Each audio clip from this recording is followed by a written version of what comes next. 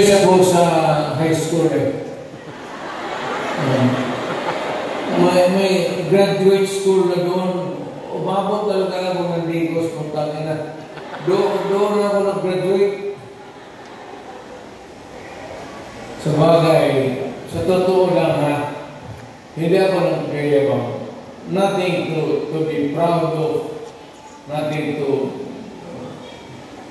Alam ba ninyo, ang presidente ninyo, 7 years high school. Talaga ba ako tignan mo, sino mahusay sa lahat? Kasi nag-aaral ako ng matagal sa high school talaga. Tinapos ko ng 7 years para ma-master ko yung buhay.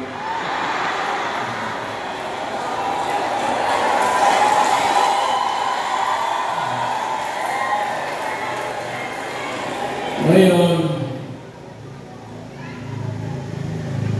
noong punta ako dito, punta ko ng pamilya, kung kami kilala. Ngayon, pasok ako sa harap ninyo, mayabang na. Mga kababayan, ano ang sunod na ang gagawin natin? Ano ba itong Pilipinas? Maligaya kayo o hindi? Maligaya ko naman. Sa bahay nila, yung Inday na. Ayun ang magbita. Di ba sinabi ko sa inyo, sino yung mga matatanda dito lang? Di ba sinabi ko sa inyo, maliit pa yan si Inday. Sinabi ko na inyo, maldita yan, pantay kayo.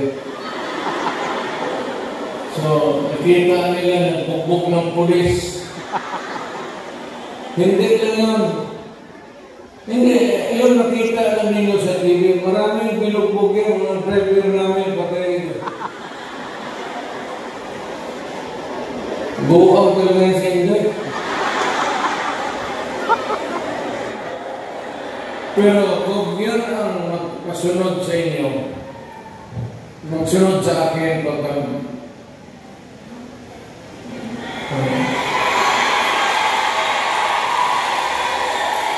maswerte kayo kung yan ang magsunod sa akin. Kasi malapit na tayo talaga sa gira. Mamili kayo ng kalaban. Dahil ano yan si Inday? Bright, smart, pero mainit ang ulo.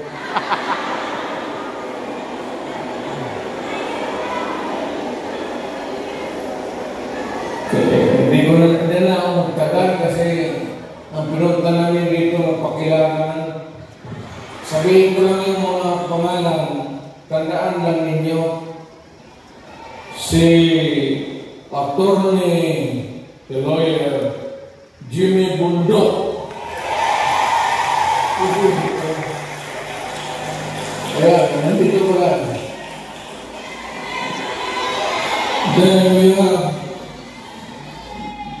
General, Philippine Constabulary nito, PBC. General Ronald Bato de la Rosa. Hinuli ng polis. Polis yung nila.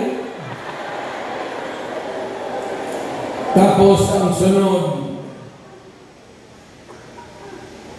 patron ito.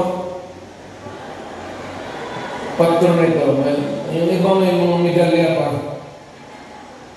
Si Christopher. Saint Christopher. Senador pala.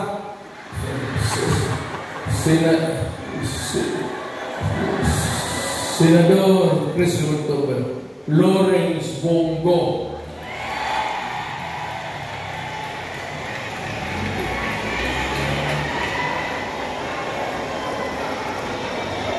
Ito yung si Bongo, noong dinumpis tayo nakikita ninyo ngayon ako, ito yung aid ko.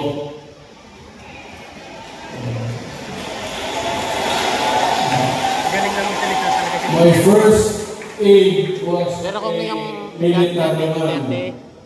Si Lieutenant, si Jimboy. Kung hindi ito naging kabarkada niya naging namatay. presidente sana to. Tapos Tapos yung sabi termino niya, niya, katulad ng mga termino kung wala pa akong kapalit, minihil siguro ito. yung Pilipinas medyo Volunteer siya. Ano sige? Pero mo sa'yo, Senator Bongo. Pero wala ka na. hindi masyado maglalasa ng dahil, pero Mag-break ka na ito. Chinese eh. Ang check, no? Magkwenta ito sa ano, yung mga finances namin, gano'n. Hindi na magamit ng calculator. Dito lang. Utang ako nga, 1 plus 1, 3 na.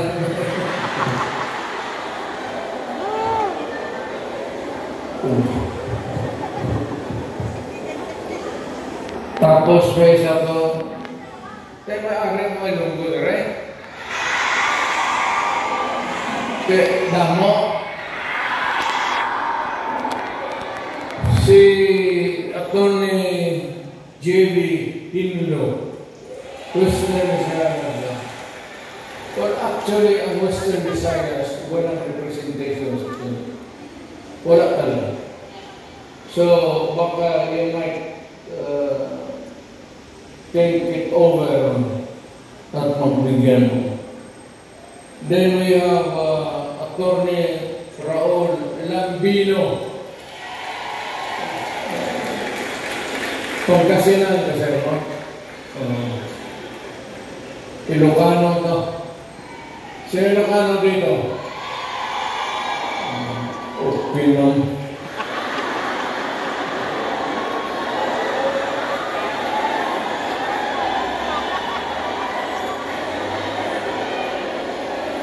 Ang sunod si Rodante Marcoleta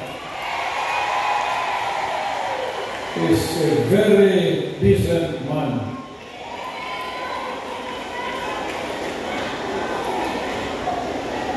Sinong iglesia dito?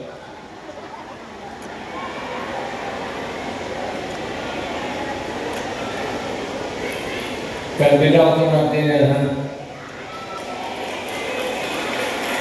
Arena. Malaysia.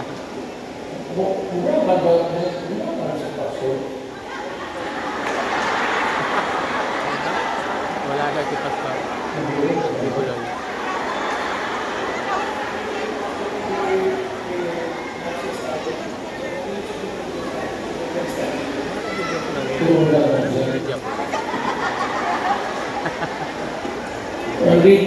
Hindi ko alam yan ha, honestly.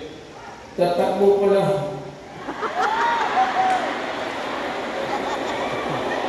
Baka naglakad dito kasi hanggang ngayon wala pa. Kasi yung barat niyo ko lagi. Pastor Apollo Kibuloy.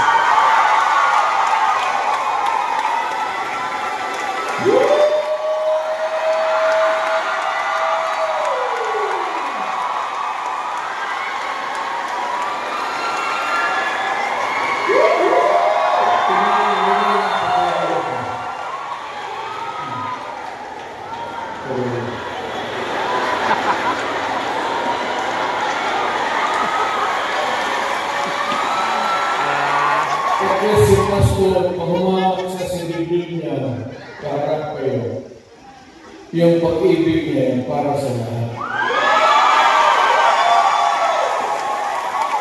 Kami naman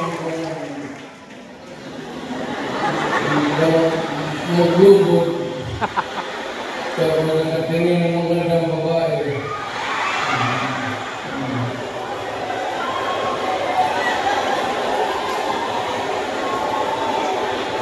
Ganun na.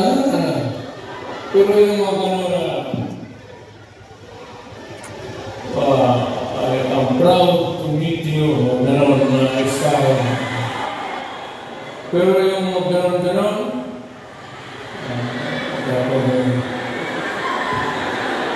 huwag yan.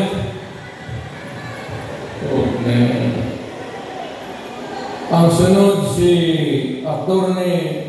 Vic Rodriguez. Ito, mahusay ito. Mahusay talaga ito. Galing ito ng Malacanang. Sinisa na ito maging chief of staff ko. Ayaw ko.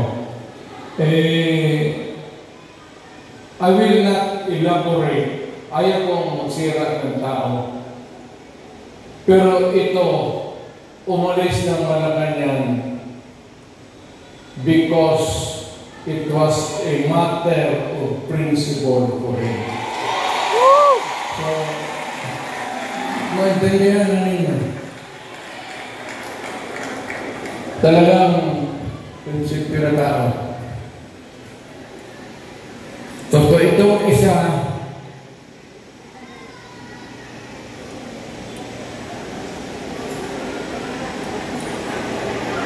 gusto mo magdagdag ito ng babae, yung babae.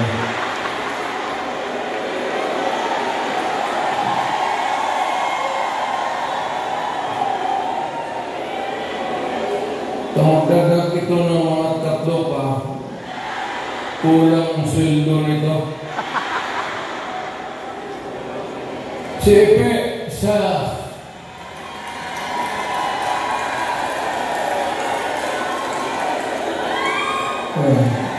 kita mo?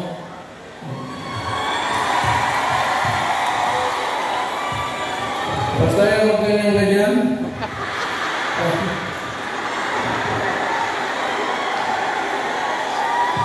Basta yung bulok.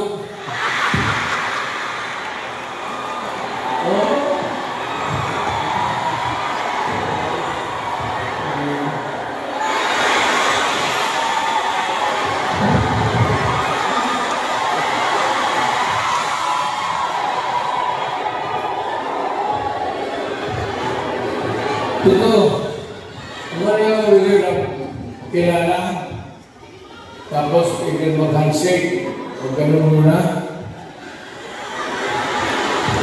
Kung ikaw naman Diyos, ginagawa ko lang ng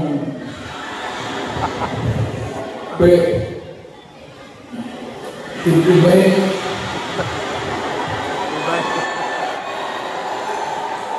mo na yung style mo.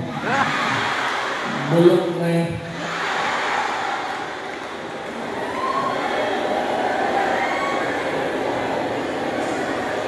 Tapos may idagdag kami, kung sakali lang.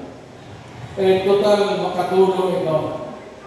Ibig sabihin, kung sumubra kami sa numero, taga-Davao kasi ito. At hindi naman namin mapigilan kung tumakbo. Dito, hindi ko naman hiyain. So, sasali ko lang rin baka, doktor ito. Pero, ang balita ko, mga 8 na pasyente niya namatay na.